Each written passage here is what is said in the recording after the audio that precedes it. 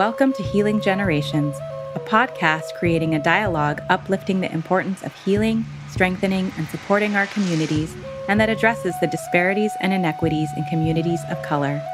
Healing Generations is brought to you by the Healing Generations Institute, a collaborative initiative of the National Compadres Network and the Brotherhood of Elders.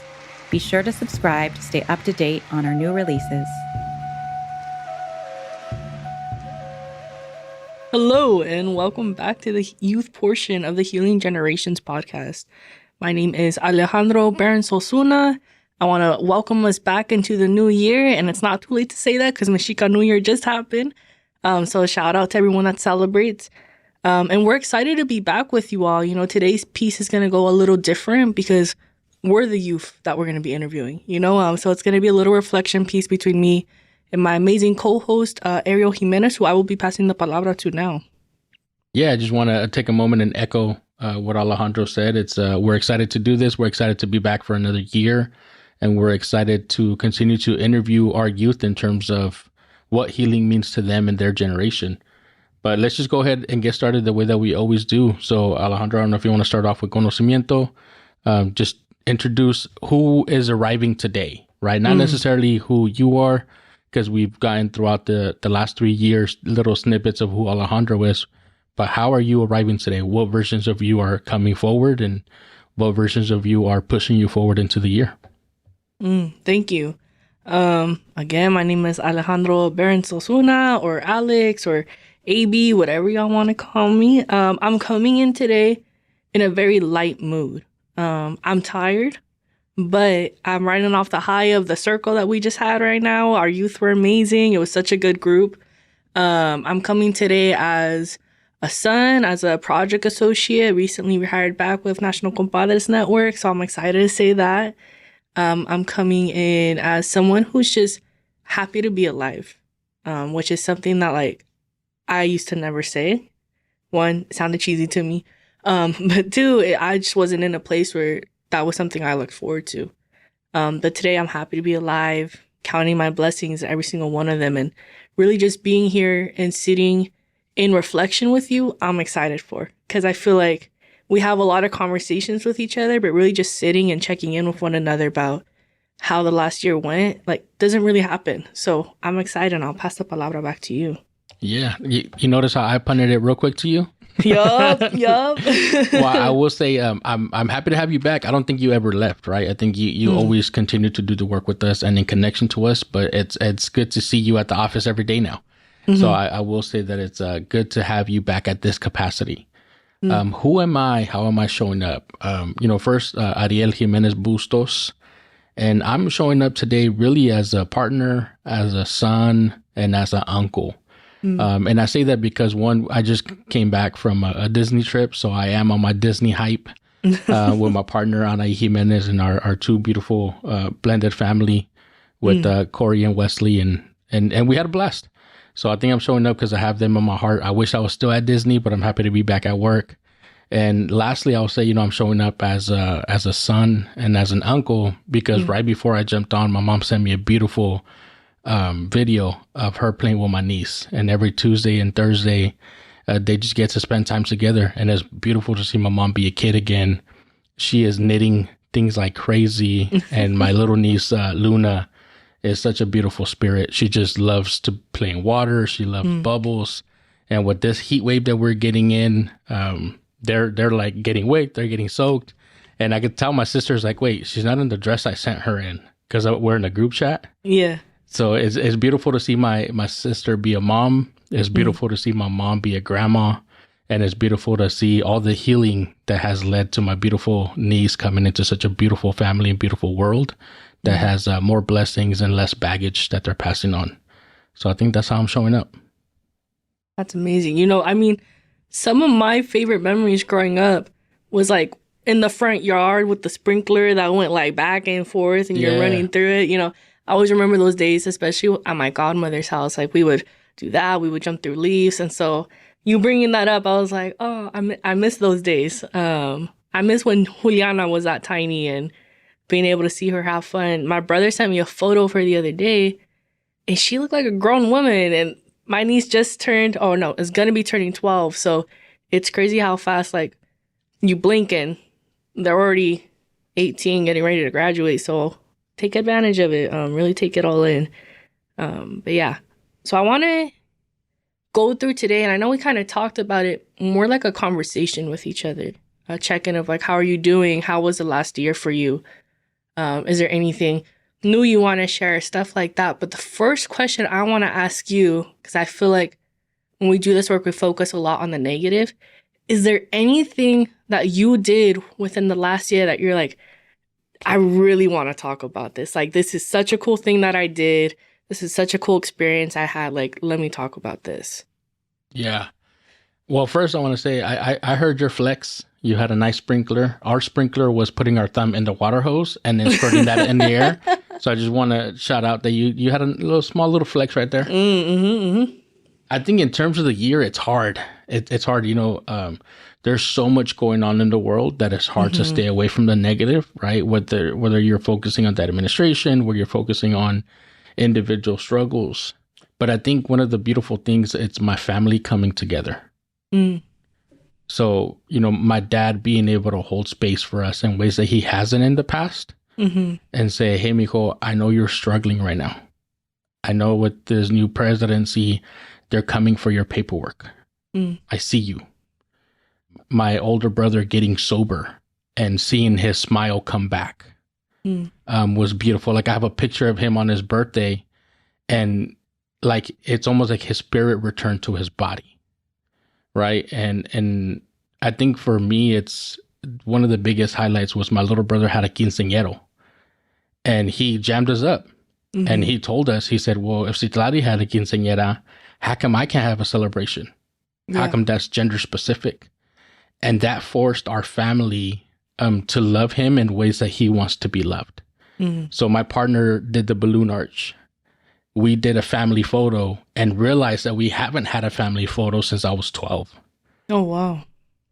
And then seeing our beautiful community come together, like seeing you and your family come to the ranch, seeing NCN family come to the ranch, Circle family come to the ranch, Blood family come to the ranch, and the blending of the community that we have built. I think that was my biggest highlight. Seeing him in his beautiful spirit say, this is how I want to be loved. And then seeing the community show up, I think has been my biggest highlight for this last year. What about you? What's on your mind? What's on your heart for that same question? The seafood boil at your brother's quinceañero is on my mind right now. Ooh. Oh, dude, the food was bomb there. I'm thinking, I accomplished a lot last year. Last year was a good year. I had two come to mind. One was when we went to that conference in Atlanta, Georgia, where me and my buddy Arlen Vasquez were given the opportunity to talk at two different conferences. So one that was specific towards women and children, where we talked about what does domestic violence look like within youth relationships, and really, giving our own personal testimony, sharing, teachings from Joven Noble that have really stuck with us, and kind of guiding that path of being youth leaders. And then we did the same presentation, but for a group that was all men. And you really could just like tell the different energy in the room between the two. Like, the men were a little bit more reserved.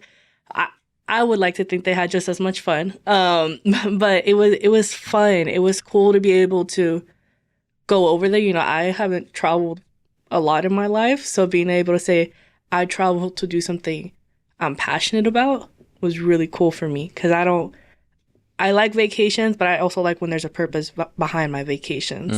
So that's a big one. Another one for me, I left my job as a barista and became a program leader with Youth Alliance at Power Cafe in Gilroy, which was a big thing for me because I've been doing this work for a long time, but it's all been with NCN. So being able to, go kind of outside of my little bubble of protectiveness, and like, I have like you here who I've known my whole life, and I have like Theo Hector here who I've known my whole life, but being able to go into a place where no one knew who I was and like establishing who I am and who I represented in that community means a lot to me. I got to meet a bunch of amazing youth. I got to work with my amazing bosses, Sandra and Chris and Bertha and Brittany, who, you know, like shower me with love every time I'm there. You know, I'm super grateful for the experience to be able to say, like, I have a place there. And I have a place here. But specifically, like, establishing my name in Gilbert has been a lot of fun for me. But yeah, it's been a busy year. Like, New Year's came and I was like, dang, already? I don't know if you felt that way. I feel like it was just a year of being, like, constantly on the go. Like, there was always something happening. So I want to shout out that we are in March already. We know we shouted out Mexican New Year and what that looked like for us. But March also is Women's History Month. I mean, you mentioned your mom, you mentioned your sister, you mentioned Anaí, all these important women in your life. And I want to ask you specifically, is there one woman in your life where you're like this woman is a chingona, like she is bad? I was gonna say a baddie, but I don't know. Like she's just an awesome human being, and she deserves her flowers right now. So, is there anyone that you want to highlight? I think there's plenty. Plenty that I could really focus on, right? I'm very blessed to come from a woman nation that just does work and does it so gracefully, but does it so powerful, right? So I'm thinking of like my little work sister, Caitlin, who put together such a beautiful Advance Joven Noble in January. Like she rocked that. I'm thinking of, you know, our other little sister, Natalie Cisneros, who rocked it.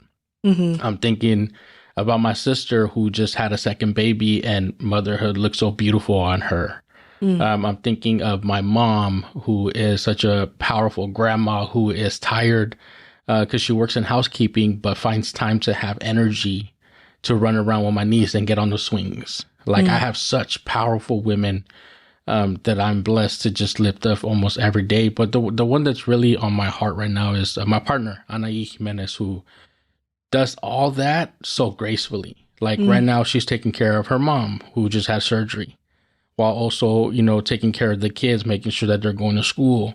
Was able to plan a Disney trip for our vacation last week. And in the middle of that, she's a healer herself. So she does Reiki sessions, she does limpias, and she has her beautiful practice in that sense, and also works for a school district to make sure that they could support the teachers who are working in early ed. So when I think about all the things that she does personally, professionally, and spiritually, I don't know how there's this many hours in a day to get it done.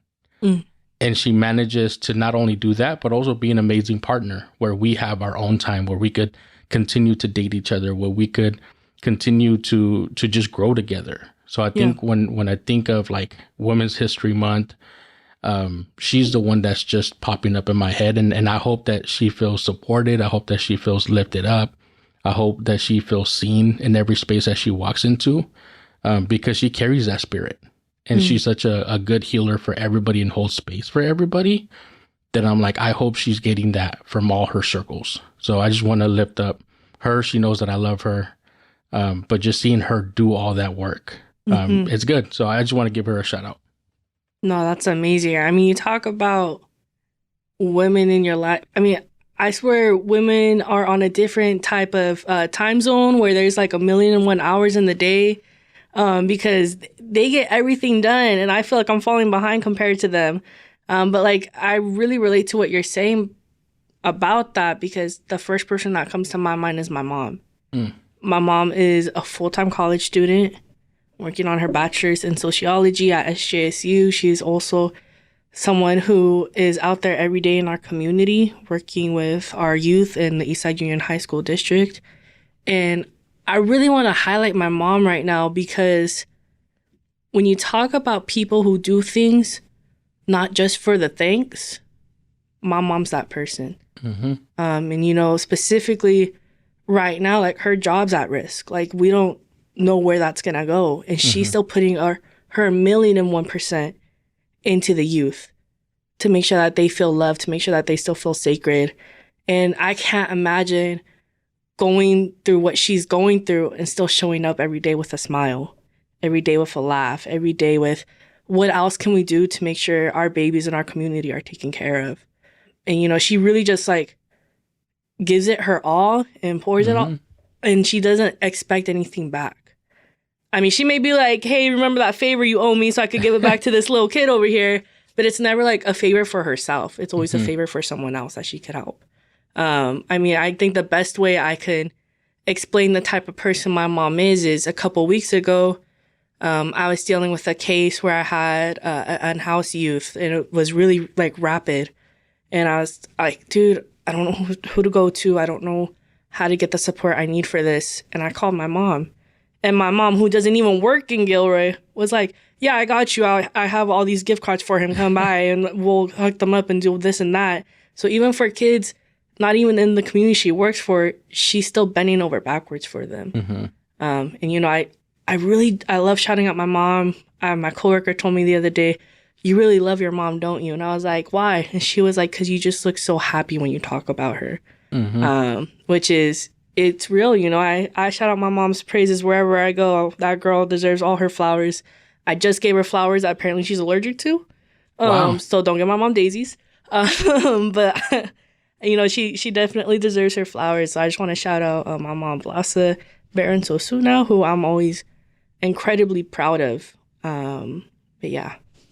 Man, I mean, you know, I've been able to witness Blasa do some amazing work at the district. And when you think about a person seeing every youth's sacredness, she's who comes to mind. Because it doesn't matter what they do.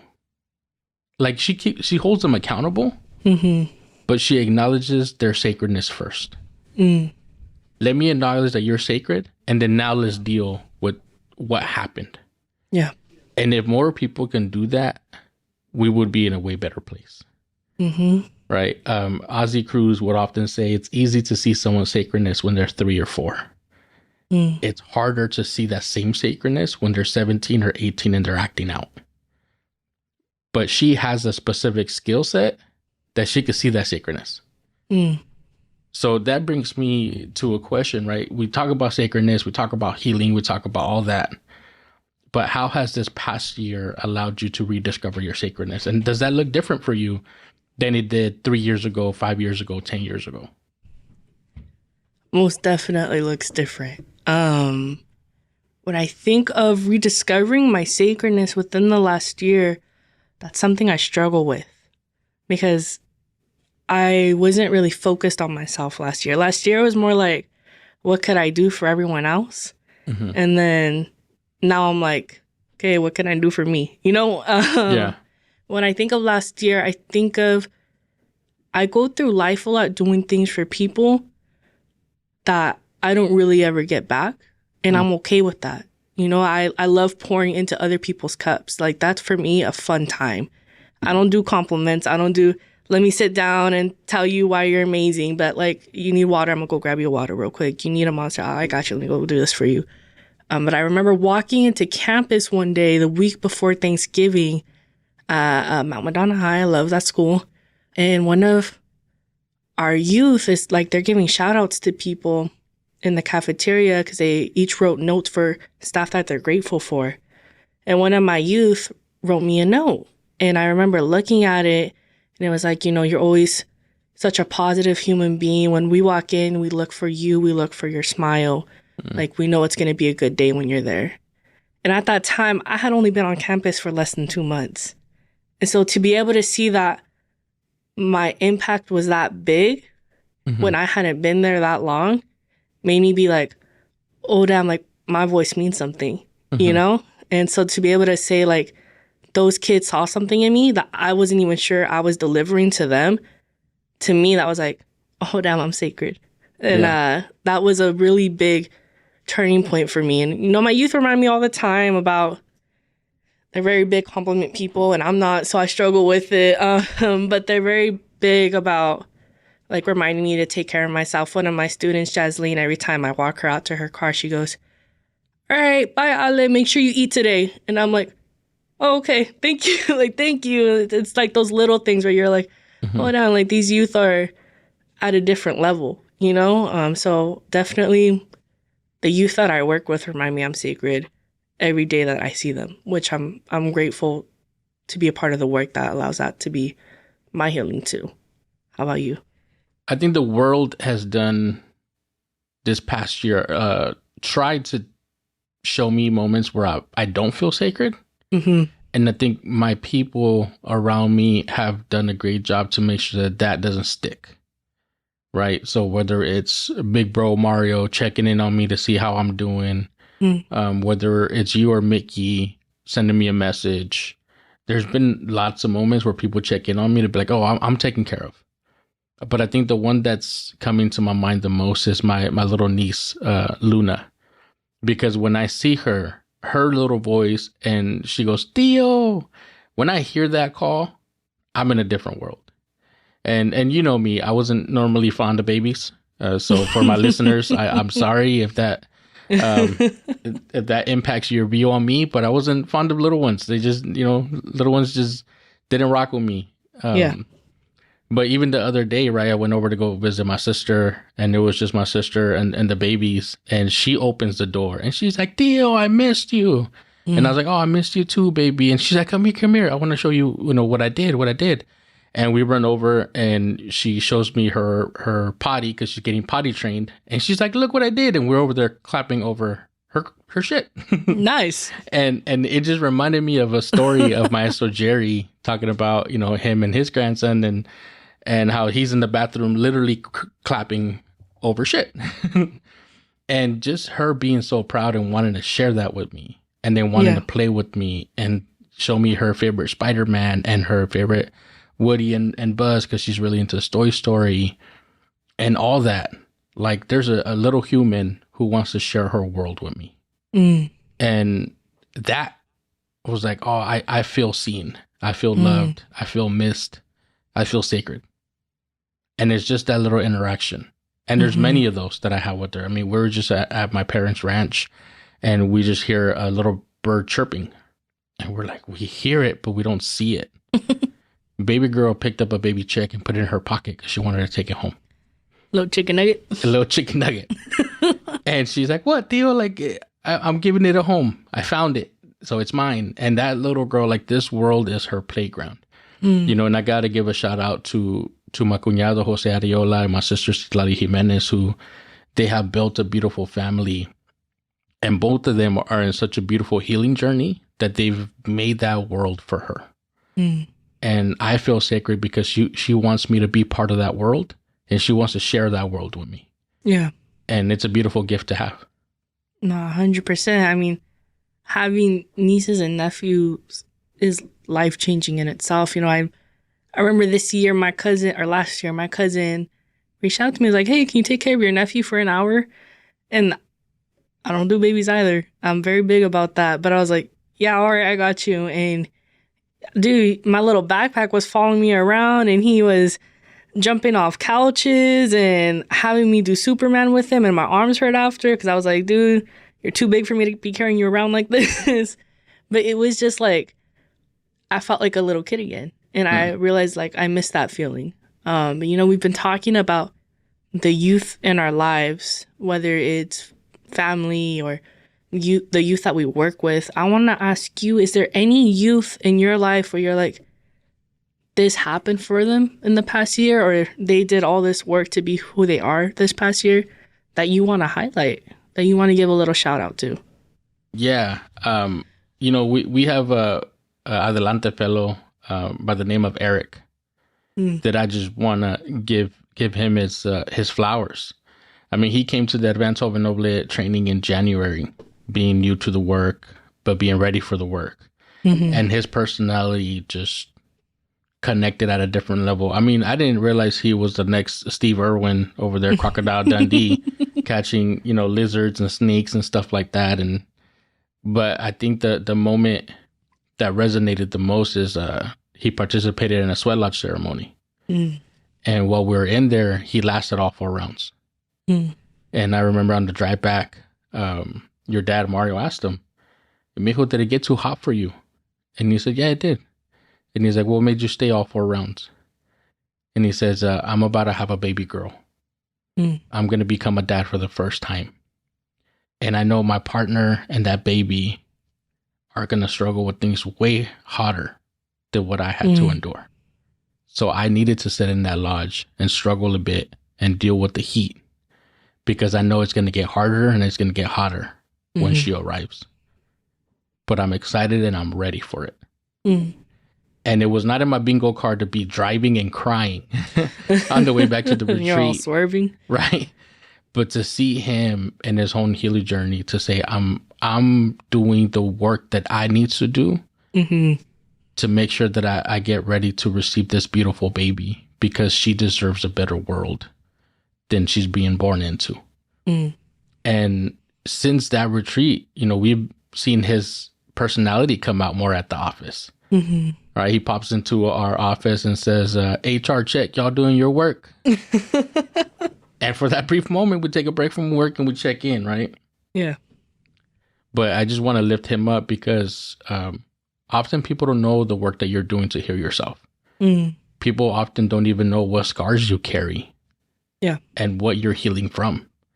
So I may not know his full story. I may not know every scar that he carries, but I see the work that he's putting into in order for him to heal himself and create a beautiful environment for that baby that's to come. So I just want to lift him up for a second. What about you? Ooh. Yeah, I'm going to throw you off right now too, because I know there's a lot of youth that you hold in your heart that you would give the world to.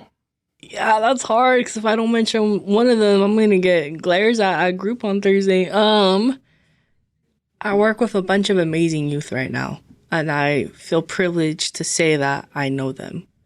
I think I'm going to cheat. I'm going to do 3 youth that hold near and dear to my heart, because if I don't mention these 3 specifically, I already know I'm going to get talked to. You mentioned her name, but not my name.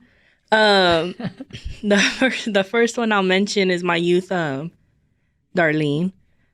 She's one of the first youth that I remember really connecting with. You know, she comes in every day excited for a new adventure, excited to talk, to play games, to just be alive around people that she trusts. And I will say Power Cafe wouldn't be Power Cafe without her. And, you know, right now she's doing the work that she needs to do to lock in, to graduate by the spring. And I'm really proud of her for that, because I know her story, I know her life, and she's just a very strong human being that I don't feel like lets herself receive compliments enough. Like, she won't let you be like, dude, you're so awesome. Like, she'll be like, no, you're so awesome. And I'm like, no, just take the compliment. It's okay to take it. So she's a huge one. My other one is my boy Adrian. He is semi-new to Power Cafe. He just joined campus this year. And I remember the first time I talked to him, I was like, this kid is going places. Like, he is at a whole different level of healing that I wish I was at his age. Like, he, one, is very welcoming. He'll come in, shake everyone's hands. How are you doing? How was your day? Even if we just saw him like 30 minutes before. Like, he wants to know everything about you. And it's this sense of respect and sensitivity that I feel like a lot of our young men are lacking. And he doesn't view it as weak. He holds his sensitivity, and to me, it makes him even more masculine, because he's able to sit with that and be like, yeah, that's what it means to be a man. And I won't lie, we're doing Joven Noble right now, and just hearing him talk and learn and just really take in every single teaching has been emotional for me. And it's just, you see him like transforming in front of my own eyes. And I will say, we are going to get an opportunity to hear from him later on, because we are going to be doing a podcast with him, but I'll let him tell his story when he's ready. But I'm just so excited to see who this young man is going to be in my community. And the last youth I'll shout out is my girl, Jasleen. She's a very private human being. She's very shy. And I've, over the couple of weeks that we've gotten to know her, have just seen her expand. And I don't know what it is, but like, you need anything, she's already there doing it for you. I need help cleaning up the centering table, she's already there. She is like, that's not the way you do it. Let me show you the real way to do it, to our other youth. She reminds me of Natalie almost. But she is just such a caretaker. Like, we all feel cared for in that room because Jasleen's there. And she is the biggest reader ever. She is the biggest little nerd ever. But she is so awesome and loving. And you just, like, feel it radiate off her when you know, like, you got her in your corner. So to just see her kind of expand and come out of her shell has really been awesome for me. You know, seeing her in group and kind of like slowly starting to come out of her shell and talk to our youth more has just been a really wonderful and privileged experience for me to be like, oh, I was here when Jasleen was able to accept who Jasleen is. So those are the 3 I'll shout out. But yeah, I'm really grateful for every youth that I have in my life right now. I feel like I could do a whole podcast just talking about every single kid I know and why they're so amazing and why they're the best people on this planet and the people that are going to change this world. And I want to ask you, you know, we're nearing that 30-minute mark. We've been having a really good conversation. I've been enjoying my time just being able to share space with you. But I want to talk specifically podcast.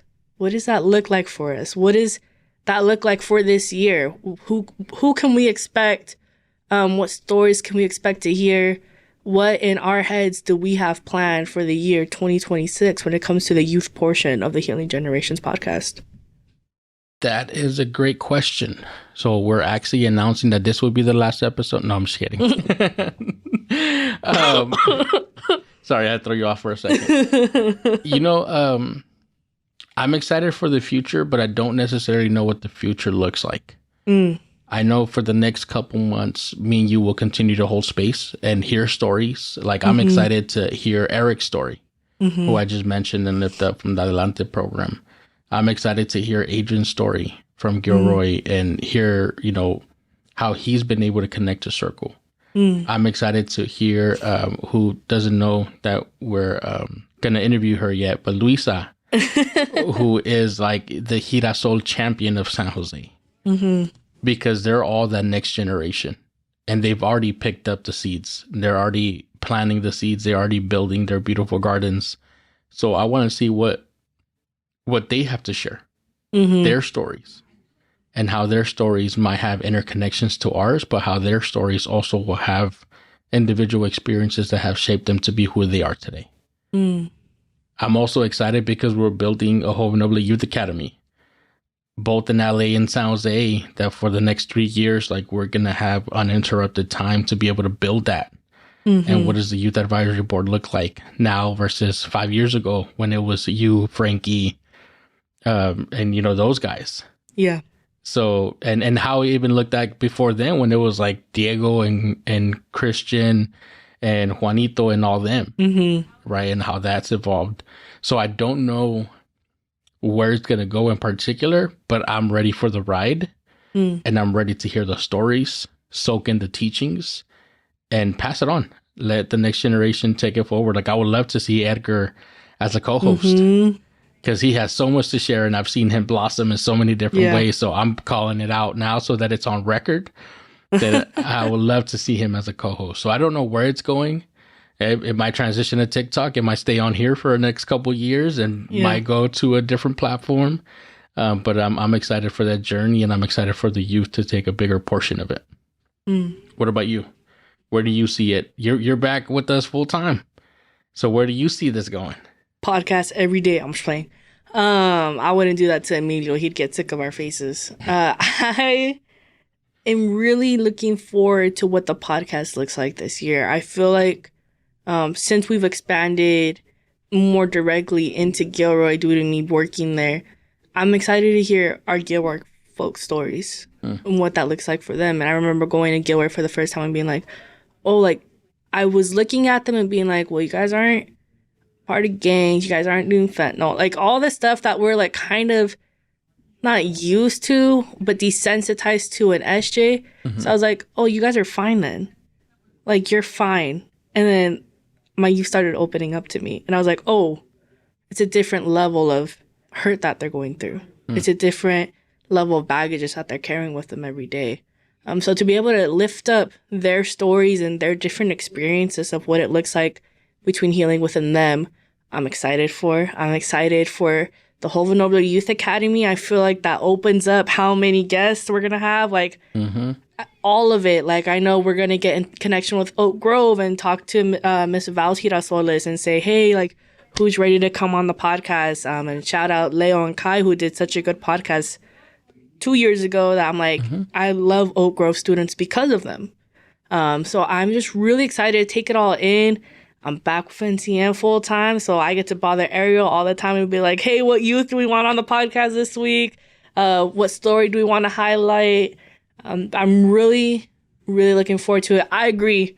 I've already told Edgar to his face, if I get another co-host, it's going to be you, so be ready for it. So I'm ready for him to step up and be like, hey, I'm ready to use my voice the way I want to use my voice. And that doesn't mean I don't love you, Ariel. You know, you got love. I got love in my heart for you. But I also think if there's a youth that I see that's going to be our future, Edgar's that youth. Or one of those youths, but specifically him. Because like you said, like he was in my very first group. And now I work with him. Now that's my coworker. Now that's my homie. That's my bestie right there. So it's just to see how much he's changed and come into his own skin over the years has been awesome. So I definitely see him being a future co-host with me. But yeah, I'm just really excited for what this year has to offer. Yep. And you know what's funny too? I remember him coming into that first group and showing up with sunglasses on and not wanting to take them off in circle, to now look at him leading circles. Yeah. So when I saw him take the glasses off like a year in, I'm like, oh, he's bought in. He's here. So it's good. You know, I'm also excited to hear from other youth in terms of our partners that we're connected to, right? I'm thinking of the Micaelas from Courage and that next generation. I'm thinking about Mikey, who's connected to OYCR. I'm thinking about our folks that are connected and strong in New York. I want to hear what our folks in Detroit are doing, maybe San Antonio with American Indians in Texas. Like I'm thinking about all our network partners and some of their youth. Right, Milpa and Salinas. So definitely, if you got youth and you're listening to this podcast that you think could contribute to this conversations, let us know too. Send us an email. But as we close up, you know, we want to close up in a good way. And I want to ask you, AB, is there any closing remarks that you have that maybe did come up, didn't come up, but that you want to make sure that you mention as we're doing this year's reflection? What's resonated with you? What's on your heart? What's some closing words you want to share? What's sitting on my heart right now when I look through the podcast that we just did is gratitude. I feel like as heavy as this last year was when it comes to the political state of the world right now, when it comes to, it's not even politics anymore, the morality that is being questioned every single day within our own community, I feel like we lose sense of everything amazing happening as well. So I think gratitude is in my heart towards all the teachers that are showing up to school every day, to all the organizers that are making sure our students are even safe to be in school right now, to all the people that, you know, offered free food back when SNAP got taken away, to all the people that are still working every day to make sure we could keep living life the way we want to live life without living in fear. So I'm just filled with a lot of gratitude for everyone, everything, just being able to sit with you still and to be able to share palabra with you. It's what's heavy on my heart right now. It's just being thankful, because I feel like that's something I don't do enough. It's just be thankful. How about you? What's some closing remarks you got, Ariel? I think you just brought up a lot for me. I think what's resonated with me is community. Like the community that you just mentioned, those teachers that got a pink slip but that are showing up every day. Those students who right now are getting their meals taken away, might be going hungry, but still show up every day. Those community folks that don't know what July or August looks like for them, but they're still giving it their 100. Like, we see you, we feel you, we are you. So we hope that we can hold space for you too. You know, I think that's what's resonating with me. And in connection to community too, surround yourself with your community that could really be a reflection of your sacredness. People are going to test you, and they're going to have you question your sacredness. Surround yourself with people that can reflect that sacredness to you, to remind you that you're worthy, that you're enough, and that you're sacred. So I think that's where I'm at right now.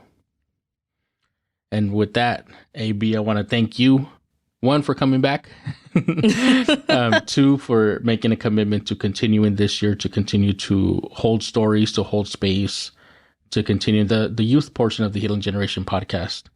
And I'm excited to what the next year brings. I'm excited for what future year brings, and I'm excited to hear more stories. So with that, folks, thank you all for tuning in today.